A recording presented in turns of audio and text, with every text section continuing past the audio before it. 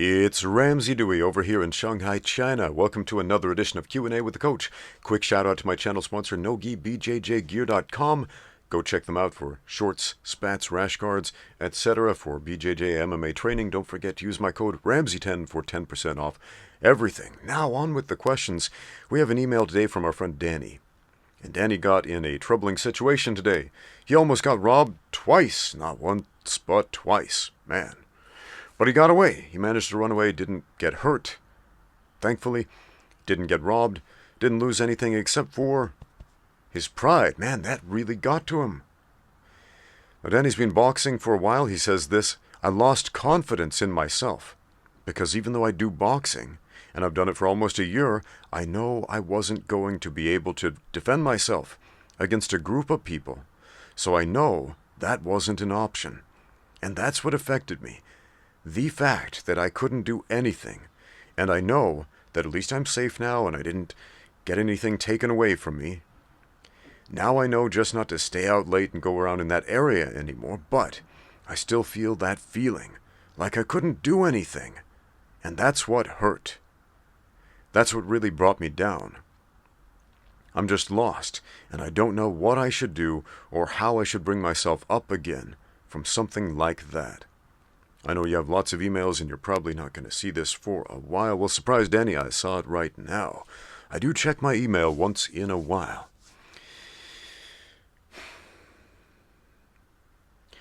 I get a lot of emails like this one, a lot of messages like this one. Usually not in the comment section because the young man's ego does not want to put our weaknesses out there in public, so generally I get these as private emails. My friend Chris, he's a professional fighter. He had a similar situation, and I did a video about that. He was attacked, and fortunately it wasn't that big of a deal. The guy hit him. He kind of paused for a moment. The guy then threatened him with a knife, and Chris managed to get out of there without getting hurt or stabbed or anything like that. But afterwards he felt bad about it. He felt like, oh man, that's a big blow, right? It feels like you've been emotionally castrated or something, right? When you are a man and somebody essentially challenges your power to defend yourself, to defend your pride, to defend your honor, to defend your stuff and your things and even your life, it's a big blow. Because it cuts us down a notch. It shows us our weakness. It exposes us in the mirror to ourselves, and it's a hard, jagged pill to swallow. When I say the young man's ego, not every young man has that, but it's a really common thing for a young man to feel like he is the center, not of the universe, but of his own paradigm. His own part of the universe. He's the king of that domain. And when we are challenged, and we learn through pragmatic experience that we are not the god of our paradigm at all, but a mere mortal, and we are easy to kill, and easy to squash, regardless of our efforts to be difficult, to injure, or hard to hurt. Where have I heard that phrase before? It's a lie. It is a pleasing lie. Man. I remember when I was 21 years old. It wasn't the first time that I had to stare the Grim Reaper in the face and learn of my own mortality, but it was one of the most grueling times that it happened. And I was hospitalized for an extended period of time and in a state very close to death. And it sucked, and it took a very, very long time to claw my way back from. Not by my own power, but man, through the grace of God and nothing else. And I was showing my weakness, and it hurt physically because I was going through some some physical ordeals, man. But it hurt emotionally to learn how incredibly powerless I was, that no matter how much I built up my body, no matter how much I learned to physically defend myself, no matter what I ate, no matter what diet I followed, no matter how much I looked after my own health and my safety and my well-being, that none of that mattered. None of it. Because when death comes knocking at your door, man, you can't say no.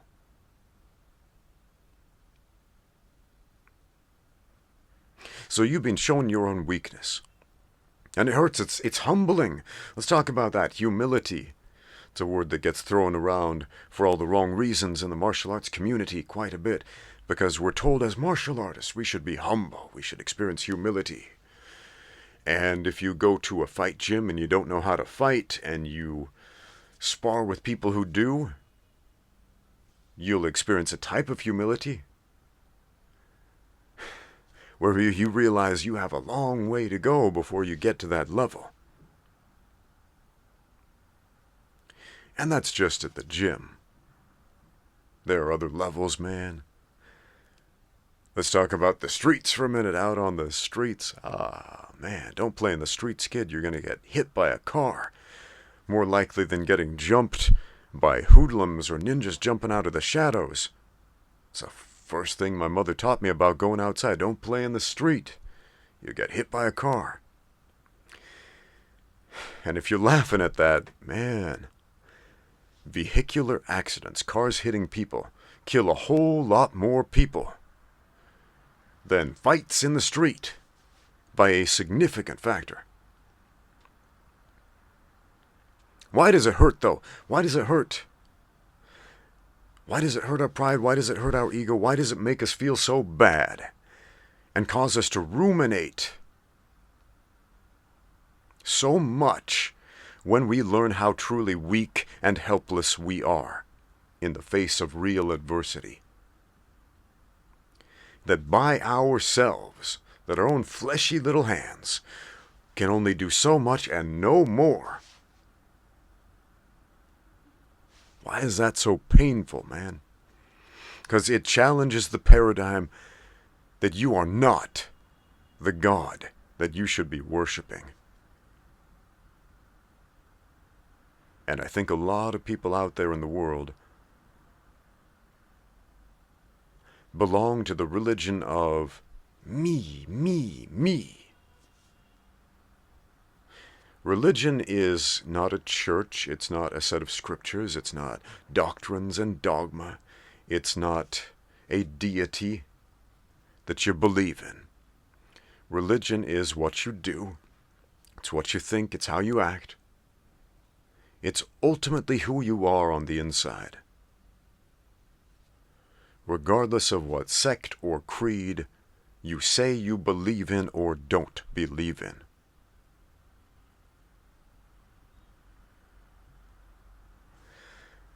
But I am going to share a little bit with you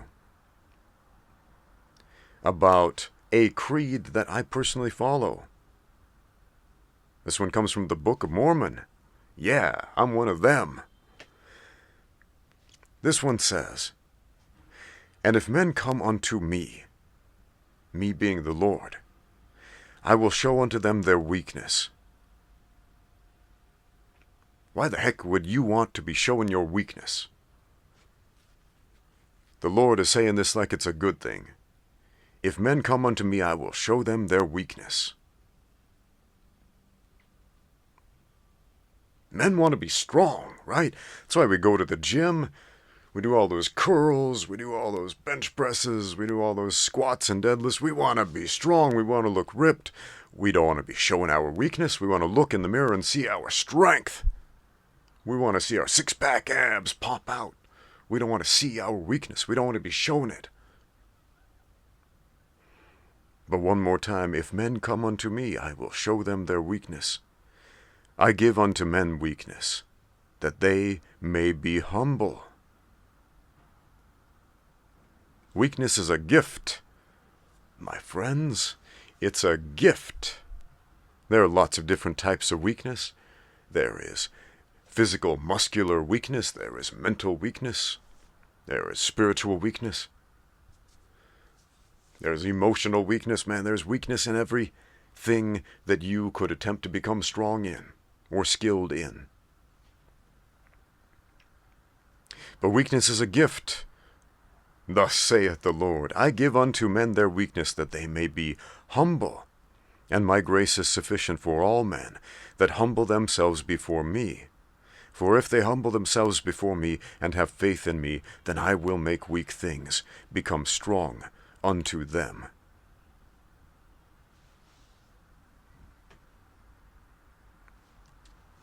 You don't have to believe that. I do. You don't have to. But consider the underlying message.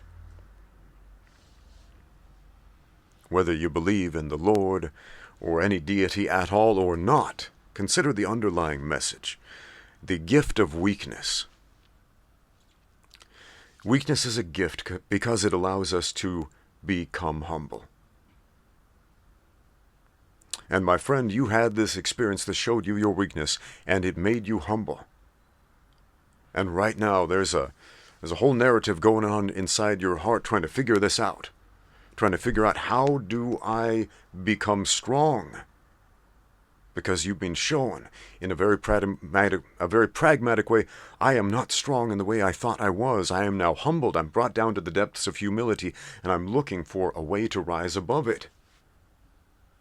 You've been given a gift, my friend, the gift of being shown your weakness, in addition to the gift of having that weakness in the first place. And the rest of this scripture is simply saying, you're not enough by yourself. My grace, the grace of God, is sufficient for all men that humble themselves before me. For if they humble themselves before me and have faith in me, then I will make weak things become strong unto them. So, in one way, that scripture doesn't do you much good if you don't believe in the Lord. But for those of you who don't and won't and can't accept that way of thinking, look at it this way. Look at it this way.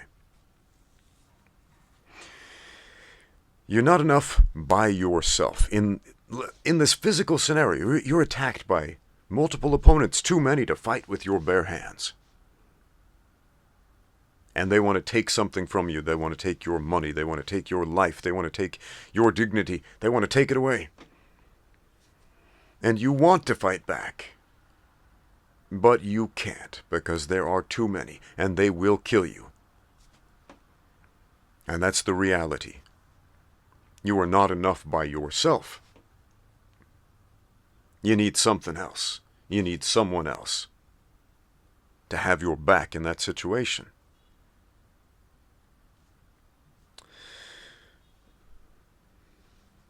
It's a metaphor.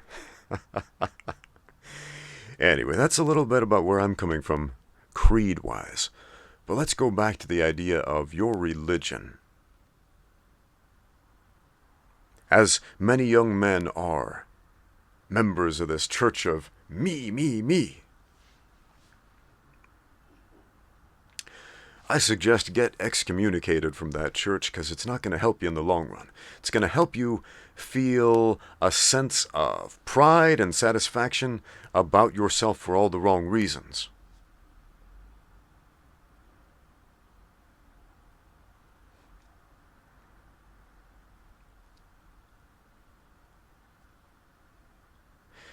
There are probably some people listening to this and thinking, man, why are you getting all bent out of shape about surviving a potentially violent encounter with 0 losses and 0 injuries?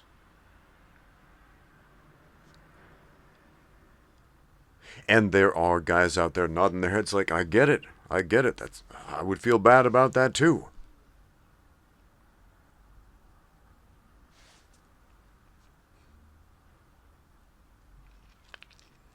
I was mugged 6 times when I lived outside of Buenos Aires. I was a missionary in The vichas de miseria, they're slums, made out of garbage, open sewer trenches, naked kids running around covered in flies, mangy dogs with all the skin off of them chasing you around with foam coming out of their mouths. They probably have rabies. It's not the prettiest place on earth. But I don't regret for a moment that I went there. But I got mugged a lot. A lot of crime there, a lot of drugs, a lot of violence, a lot of guns. And I got robbed 6 times, walking around as a missionary, at gunpoint. And I never got shot once. I used a very simple self-defense technique. Give them what they want, and walk away alive.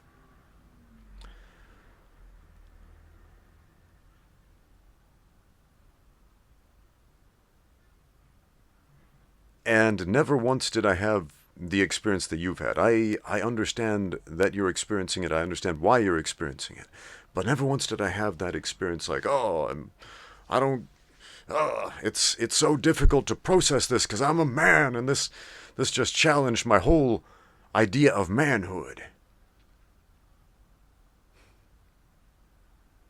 Challenge your idea of manhood. Challenge your whole paradigm built around what you think a man is.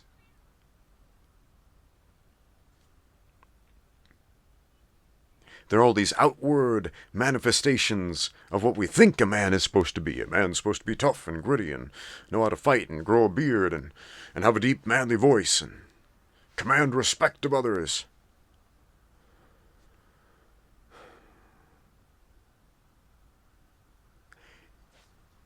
Nah.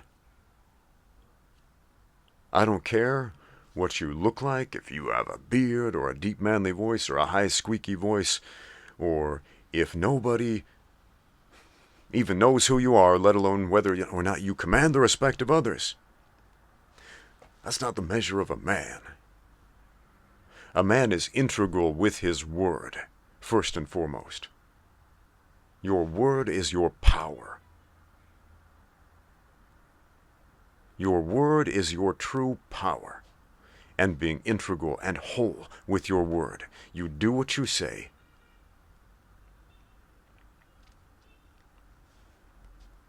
And you mean it. And that's it. That is the measure of a perfect man. A man who is integral with his word.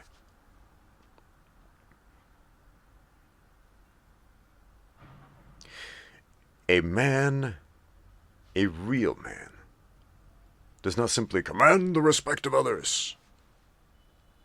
A man shows respect to others.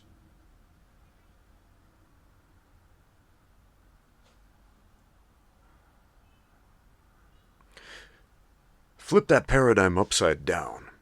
All these ideas about what we think a man is supposed to be, flip them upside down. And you may be surprised at how much better off not just your world, but the entire world will be as a result. Respect for one thing. You felt disrespected when those guys tried to rob you. When they saw you as this subhuman entity that they could simply profit from by taking your stuff without a second thought for your well-being.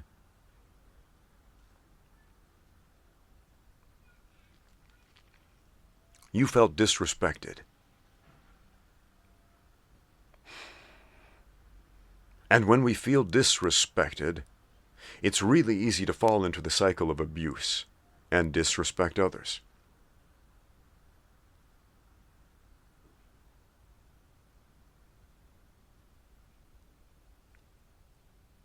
And it's really easy to tell yourself, they don't deserve my respect.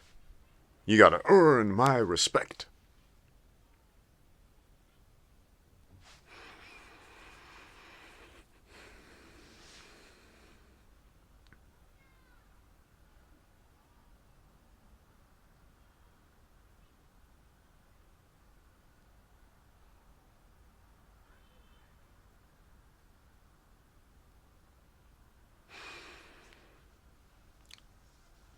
Respect is the currency that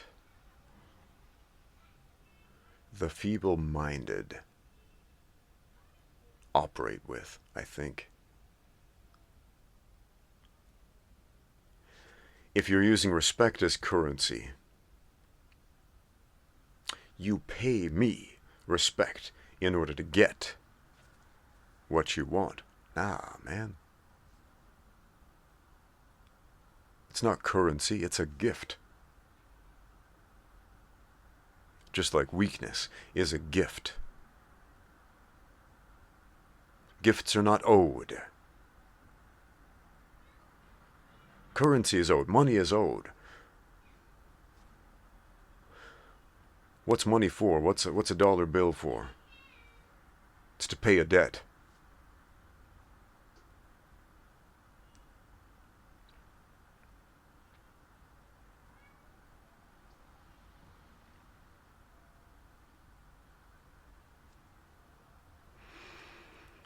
Respect, on the other hand, that's a gift. So embrace your weakness. Look yourself in the mirror. The real mirror. Without trying to flex and pose. Look outside of yourself to a higher power. I'm going to put it out there. Leave it as vague as possible.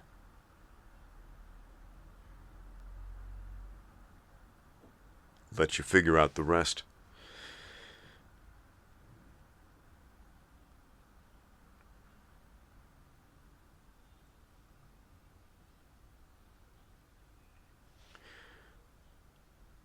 So that your weaknesses can become true strengths. Thanks for watching. Now get out there and train.